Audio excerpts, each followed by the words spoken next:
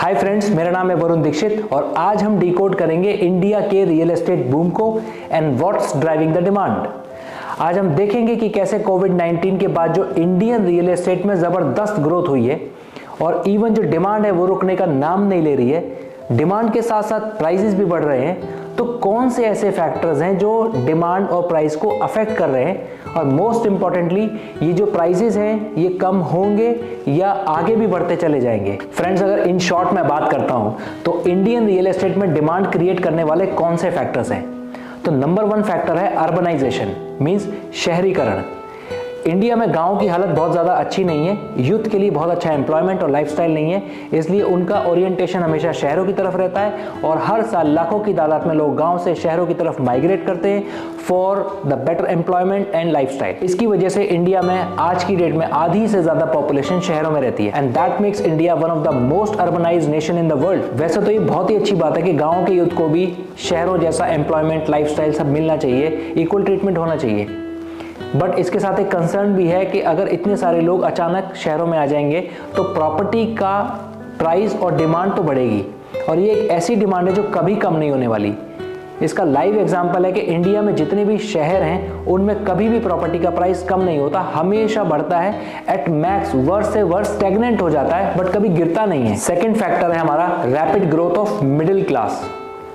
India में middle class की rapidly growth हो रही है और मिडिल क्लास में ज़्यादा से ज़्यादा लोगों के पास पैसा आ रहा है and they are buying properties. आज से 15 से 20 साल पहले मिडिल क्लास में एक 45 साल का आदमी आता था प्रॉपर्टी खरीदने के लिए ऑन एन एवरेज। आज की डेट में on an average middle class में एक 30 साल का आदमी प्रॉपर्टी खरीद लेता है। इंडिया में सर्विस इंडस्ट्री काफ़ी अच्छे से ग्रो हो रही है और मिडिल क्लास को काफ़ी अपॉर्चुनिटीज मिल रही हैं इस सेक्टर में। उनकी एक अच्छे पैकेज पर जॉब लग जाती है, 3 से 4 साल के अंदर वो कुछ सेविंग इकट्ठी कर लेते हैं और बाकी का बैंक लोन लेके वो प्रॉपर्टी परचेज कर लेते हैं और इस तरह की यूनिक डिमांड इंडिया के प्रॉपर्टी सेक्टर में बढ़ती चली जा रही है और इसी का रीजन है कि मिड सेगमेंट में प्रॉपर्टी की डिमांड सबसे ज्यादा है। थर्ड पॉइंट है फ्रेंड्स हमारा इंफ्रास्ट्रक्चर डेवलपमेंट। आज की डेट में इंडियन गवर्नमेंट इंफ्रास्ट्रक्चर पर बहुत जोर दे रही है और बहुत इंफ्रास्ट्रक्चर डेवलप कर रही है। जहां पे इंफ्रास्ट्रक्चर डेवलप होता है वहां पे ही रियल एस्टेट की डिमांड क्रिएट हो जाती है। जैसे कि कोई मेट्रो स्टेशन आप ले लो, अगर कोई नया मेट्रो स्टेशन बनता है तो वहां पे लोगों की डिमांड क्रिएट हो जाती है कि वहां पे आसपास में घर ले लेते हैं और मेट्रो से कनेक्टिविटी इंप्रूव हो जाएगी, ऑफिस जाने के लिए, कॉलेज जाने के लिए ईजी रहेगा।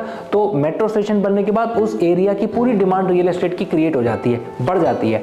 जैसे कोई रोड नई बन गई, जैसे यमुना एक्सप्रेसवे गवर्नमेंट ने बनाया तो वहां पे रियल एस्टेट डेवलपर्स ने प्रोजेक्ट लाए और उसके बाद बायर्स ने वहां पे प्रोजेक्ट खरीदा। बिकॉज जो नोएडा में 1 करोड़ में चीज मिलती है, रियल एस्टेट में आपको वहां 50 लाख में मिल जाती है, तो 50% प्राइस हो जाता है, तो डिमांड क्रिएट हो जाती है। कस्टमर सोचता है कि चलो मैं नोएडा में लेने की बजाय 1 करोड़ यहाँ खर्च करूंगा, मेरे को आधा घंटा और चलना पड़ेगा बट मैं 50 लाख में वहाँ पे ले लूँगा, या जिनका बजट ही होता है उतना वो लोग वहाँ पे पहुँच जाते हैं, तो एक डिमांड क्रिएट हो जाती है। अब जैसे एयरपोर्ट बन रहा है यमुना एक्सप्रेसवे पर, वहाँ पे 85,000 लोग काम कर रहे हैं, उनकी भी रियल एस्टेट की डिमांड है, उन्हें भी कहीं ना कहीं पर रहना है या फिर रेंट पे मकान लेना है। वो गौर यमुना सिटी में रहते हैं या उसके आसपास में जो लोकेशन है जो उनको आसानी होती है अपने एयरपोर्ट पर जाने के लिए, वो लोग वहाँ पर डिमांड क्रिएट कर देते हैं। तो ऐसे ही जहां पे इंफ्रास्ट्रक्चर डेवलप होता है वहां पे रियल एस्टेट की डिमांड ऑटोमेटिक क्रिएट हो जाती है। फोर्थ पॉइंट है हमारा फ्रेंड्स एनआरआई इन्वेस्टमेंट। आज की डेट में इंडिया में भर के एनआरआईज इन्वेस्टमेंट कर रहे हैं प्रॉपर्टी के अंदर। 18 से 20% तक जो इन्वेस्टमेंट है वो एनआरआई इन्वेस्टमेंट है। मेरे खुद बहुत सारे एनआरआई क्लाइंट्स हैं और वो अच्छी प्रॉपर्टी में इन्वेस्ट करते हैं, अच्छे ब्रांड में इन्वेस्ट करते हैं, अच्छी लोकेशन में इन्वेस्टमेंट करते हैं और एक सेफ इन्वेस्टमेंट में करते हैं। और एक रीजन ये भी है फ्रेंड्स कि पूरी दुनिया में जितनी भी पॉपुलेशन है उसका 17.5% इंडिया में है और पूरी दुनिया में जितनी भी लैंड है वो 2.5% इंडिया में है। तो इंडिया के पास में पूरे वर्ल्ड के कंपैरिजन में लैंड तो कम है, बस पॉपुलेशन ज़्यादा है। तो जो चीज़ कम होती है उसकी वैल्यू ज़्यादा होती है, इसलिए इंडिया में प्रॉपर्टी की वैल्यू हमेशा से थी और हमेशा रहेगी और ये एक सेफ इन्वेस्टमेंट माना जाता है। और आज की डेट में इंडिया का जो इकोनॉमिक ग्रोथ है उसको लेकर के एनआरआईज काफ़ी इंटरेस्टेड रहते हैं इंडिया में प्रॉपर्टी में इन्वेस्ट करने के लिए और ये भी एक रीज़न है कि इंडिया में प्रॉपर्टी के प्राइसेस बढ़ रहे हैं। फिफ्थ पॉइंट है हमारा फ्रेंड्स गवर्नमेंट सपोर्ट। इंडिया में रियल एस्टेट को स्टिमुलेट करने के लिए गवर्नमेंट भी सपोर्ट करती है, जैसे कि इंसेंटिव्स देती है प्रधानमंत्री आवास विकास योजना। अगर आपको अपना घर बनाना है या नया घर खरीदना है, पहली बार खरीद रहे हैं, तो गवर्नमेंट आपको कुछ इंसेंटिव्स देती है लोन के ऊपर 2.67 लाख ऐसे कुछ करके आपको रिबेट मिलती है लोन के अंदर।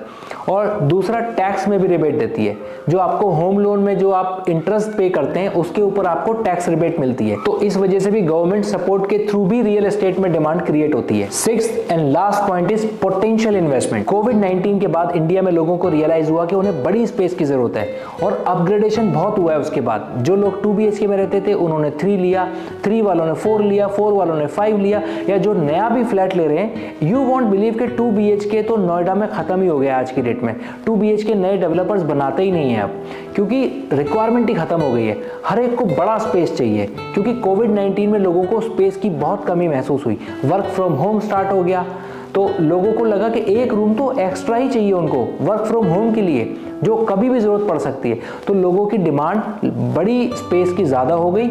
इवन लग्जरी स्पेस की जो रिक्वायरमेंट थी वो आफ्टर कोविड बहुत बड़ी है। यू वोंट बिलीव, गुड़गांव में 100 करोड़ रुपए का एक फ्लैट बिका है अभी, एक फ्लैट 100 करोड़ रुपए का। दूसरी चीज ये है कि एक पोटेंशियल इन्वेस्टमेंट है रियल एस्टेट।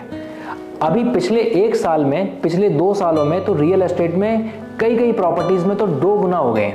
50% तो पिछले 1 साल में मोस्टली हर प्रोजेक्ट में हो गए हैं। तो लोगों को दिखाई दिया है कि इतना बेनिफिट तो किसी दूसरे बिजनेस में नहीं हुआ, किसी दूसरे इन्वेस्टमेंट में नहीं हुआ। तो जिन लोगों को एप्रिसिएशन मिला है वो लोग और भी इन्वेस्ट कर रहे हैं, या उनके आसपास के लोग जिन्होंने सुना वो भी इन्वेस्ट करना स्टार्ट हो गए। तो इन्वेस्टर्स भी बढ़े हैं रियल एस्टेट में। सो एक इन्वेस्टर्स की भी डिमांड नई क्रिएट हो गई है रियल एस्टेट में। सो फ्रेंड्स, ये थे हमारे 6 फैक्टर्स जिनकी वजह से इंडियन रियल एस्टेट बूम कर रहा है, डिमांड बढ़ रही है, प्राइस बढ़ रहे हैं।